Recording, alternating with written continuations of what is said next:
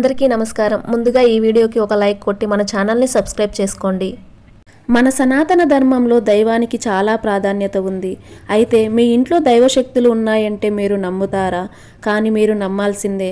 పూజ చేసేటప్పుడు మన ఇంట్లో జరిగే కొన్ని సంఘటనల ద్వారా దేవుడు మన ఇంట్లోనే ఉన్నాడు అనడానికి బలమైన సంకేతాలు ఉన్నాయి. మీరు నిజంగా అదృష్టవంతులు అయితే పూజ చేసేటప్పుడు మీ ఇంట్లో కొన్ని అద్భుతాలు జరుగుతాయి. ఇక మీరు అప్పటి నుండి పట్టిందల్లా బంగారమయం అవుతుంది. మీ ఇంట్లో దేవతలు ఉన్నారని నిరూపించే కొన్ని అద్భుతమైన సంకేతాల గురించి ఈ వీడియోలో పూర్తిగా తెలుసుకుందాం.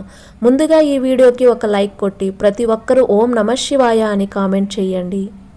మనం చేసే పూజలకు అసలు ఫలితం లభిస్తుందా లేదా అని కొంతమందికి సందేహం ఉంటుంది. భక్తితో ఒక చిన్న దీపం వెలిగించినా సరే సంపూర్ణ దైవానుగ్రహం లభిస్తుంది. అయితే ఇంట్లో పూజ చేసేటప్పుడు దేవునికి పెట్టిన పుష్పాలు దేవుని పట్టం నుండి కింద పడితే చాలా శుభసూచకం. మీ మనసులోని కోరికలు త్వరలో నెరవేరబోతున్నాయని, మీ పూజలకు దైవానుగ్రహం సిద్ధించిందని దీని అర్థం. కాబట్టి కింద పడిన పువ్వులను తీసి కళ్ళకు అద్దుకొని స్త్రీలు తమ తలలో పెట్టుకోండి. దీర్ఘ సుమంగళ యోగం కలుగుతుంది. అలాగే ఇంట్లో పూజ చేసేటప్పుడు కొబ్బరికాయలో పువ్వు వస్తే చాలా మంచిది. కొబ్బరికాయ లక్ష్మీదేవికి ప్రీతికరమైనది. అలాగే కొబ్బరికాయలో త్రిమూర్తులు కొలువై ఉంటారు.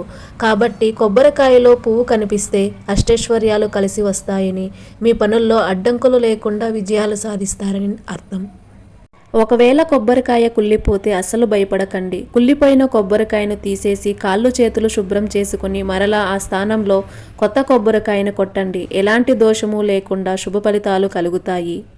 కొబ్బరికాయ అలా కుళ్ళిపోయింది అంటే మీ ఇంటి పైన ఉన్న నరదృష్టి కష్టాలు, మీకు ఏదో జరగబోయే ఆపద నుండి దేవుడు మిమ్మల్ని తప్పించాడని అర్థం. ఇక మీకు అన్ని మంచి రోజులే జరగబోతున్నాయని సంకేతం. కాబట్టి కొబ్బరికాయ కుళ్ళిపోతే ఎవరూ భయపడకండి. ఇక పూజ గదిలో వెలిగించే దీపం లక్ష్మీదేవితో సమానం. కాబట్టి దీపంలో ఒత్తులు పూర్తిగా కాలిపోతే మీ పూజకు 100% ఫలితం లభించినట్లు. ఎందుకంటే ఒత్తులు పూర్తిగా కాలిపోవడం అనేది చాలా అరుదుగా జరుగుతుంది. కానీ ఒత్తులు పూర్తిగా కాలకపోతే మీ పూజకు సాధారణ ఫలితం లభిస్తుంది. ఇక పూజ గదిలో అగరబత్తీలు వెలిగించినప్పుడు ఆ పొగ దేవుని వైపుకు వెళ్తే మీకు దేవుడు ఆశీస్సులు లభించాయని అర్థం. అలాగే పూజ గదిలో బల్లి కనిపిస్తే చాలా మంచిదని చెబుతారు. బల్లిని లక్ష్మీ రూపంగా భావిస్తారు. కాబట్టి మీ పూజ గదిలో బల్లి కనిపిస్తే అస్సలు భయపడకండి. లక్ష్మీదేవి మీ ఇంట్లో తిరుగుతుందని శుభసూచకం. అలాగే చాలామంది ఇళ్లల్లో నల్ల చీమలు ఎక్కువగా కనిపిస్తూ ఉంటాయి. నల్ల చీమలు కూడా అదృష్టానికి సంకేతం. కాబట్టి మీ పూజ గదిలో నల్ల చీమలు కనిపిస్తే చాలా మంచిది. అలాగే దేవునికి నివేదించిన నైవేద్యానికి చీమలు పడితే మీ నైవేద్యాన్ని దేవతలు ఆరగించారని అర్థం. అలాగే దీపారాధన చేసేటప్పుడు ఒక్కోసారి పూజలో తలనొప్పి వస్తుంది. పూజలో మనం కూర్చున్నప్పుడు మన చుట్టూ దైవశక్తులు సంచరిస్తే తలనొప్పి వస్తుందట. పూజలో దేవునికి మంగళహారతి ఇచ్చేటప్పుడు దేవుడు నవ్వినట్టుగా కనిపిస్తే మీ పూజ గదిలో లక్ష్మీదేవి తిరుగుతుందని అర్థం. ఇక మీ జన్మ ధన్యమైనట్లే.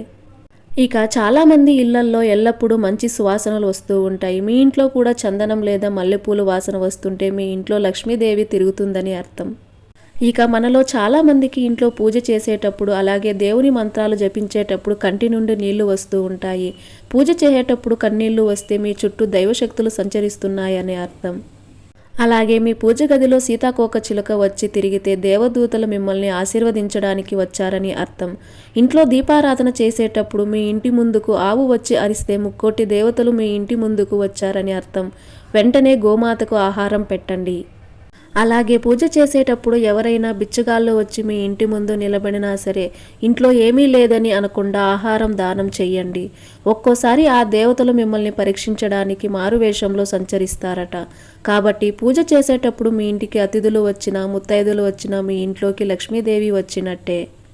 పూజ మధ్యలో దీపం హఠాత్తుగా కొండెక్కితే భారీ ధన నష్టాన్ని సూచిస్తుంది.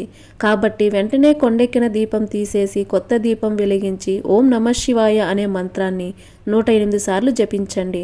ఎలాంటి దోషము లేకుండా ఉంటుంది. ఇక వెలుగుతున్న దీపం నుండి వింత శబ్దాలు వస్తుంటే మీ ఇంట్లో భయంకరమైన నరఘోష శత్రువుల చెడుచూపు గట్టిగా ఉందని అర్థం. అలాగే వెలుగుతున్న దీపం నుండి నల్లటి పొగ ఎక్కువగా వస్తుంటే మీ ఇంట్లో విపరీతమైన నెగిటివ్ ఎనర్జీ ఉందని అర్థం. దీనివల్ల భార్యాభర్తల మధ్య అకారణంగా గొడవలు ఏర్పడతాయి. అలాగే పూజలో కర్పూరం హారతి వెలిగించగానే వెంటనే ఆరిపోతే మీ పూజను దేవుడు స్వీకరించలేదని, మీ ఇంట్లో పితృదేవతలు తీవ్రత ఎక్కువగా ఉందని అర్థం. ఇక పూజలో వెలిగించిన దీపం ప్రకాశవంతంగా ఎక్కువసేపు వెలిగితే మీ పూజకు రెట్టింపు పుణ్య ఫలితం లభించిందని అర్థం. దీపం ప్రకాశవంతంగా వెలిగితే మీ పూజలకు దేవతలు సంతోషించారని శుభసూచకం. అలాగే దీపంలో నూనె తగ్గకుండా చాలాసేపు దీపం వెలుగుతూ ఉంటే మీ ఇంటికి మంచి రోజులు రాబోతున్నాయని అర్థం. అలాగే పూజలో దేవునికి పెట్టిన నైవేద్యం తీపి తగ్గి మంచి సువాసన వస్తుంటే మీ నైవేద్యాన్ని దేవతలు స్వీకరించారని అర్థం. అలాగే పూజలో కొబ్బరికాయ కొట్టినప్పుడు కొబ్బరికాయ 2 ముక్కలుగా పగిలితే మీ సంకల్పం నెరవేరుతుంది. కొబ్బరికాయ ముక్కలు ముక్కలుగా పగలకూడదు. ఇక పూజలో కూర్చోగానే మీ కుడి కన్ను లేదా కుడి చెయ్యి అదిరితే మీరు ఒక పెద్ద శుభవార్త వినబోతున్నారని అర్థం. ఇక పూజ ప్రారంభించేటప్పుడు తుమ్మితే శరీరంపై గంగాజలం చల్లుకొని మళ్ళీ పూజ ప్రారంభించాలి. కానీ పూజ ముగించుకొని లేచే సమయంలో తుమ్మితే మాత్రం మీ కోరికలన్నీ అతి త్వరలోనే నెరవేరబోతున్నాయని అర్థం.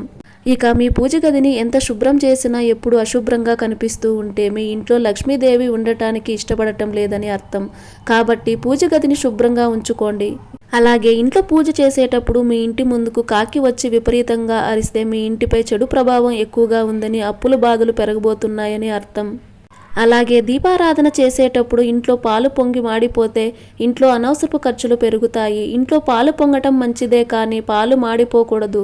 తరచూ మీ కలలో దేవతలు కనిపిస్తే దేవుని ఆశీర్వాదం ఉందని అర్థం. అలాగే కలలో దేవాలయాలు కనిపిస్తే దేవునికి చెల్లాల్సిన మొక్కుబడి బాకీ ఉందని అర్థం.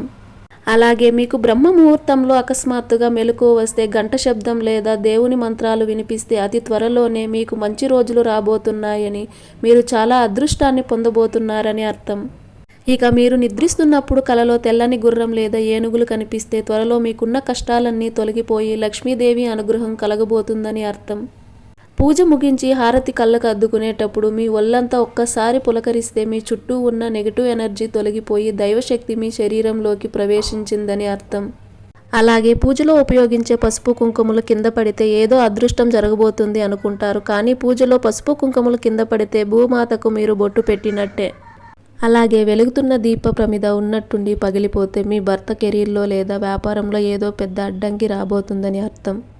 అలాగే పూజ గదిలో ఉన్న దేవుని ఫోటో లేదా దేవుని విగ్రహం ఉన్నట్టుండి కింద పడిపోతే మీ ఇంటి యజమానికి ఆకస్మిక ప్రమాదం రాబోతుందని అర్థం.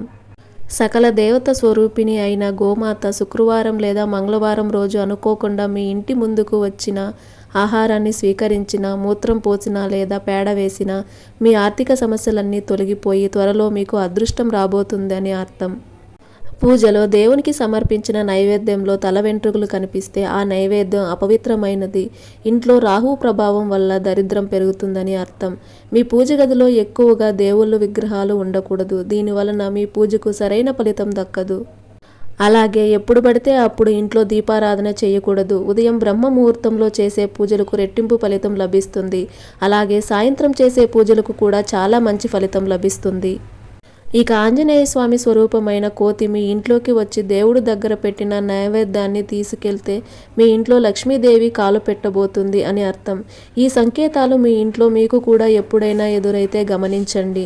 తప్పనిసరిగా మీ ఇంట్లో దైవశక్తులు ఉన్నాయని తెలుసుకోండి. ఈ వీడియో మీకు నచ్చినట్లయితే ఒక లైక్ కొట్టి మన ఛానల్ని సబ్స్క్రైబ్ చేసుకొని మీకున్న ధర్మ సందేహాలకు మాకు కామెంట్ ద్వారా తెలియజేయండి. ఓం నమః శివాయ.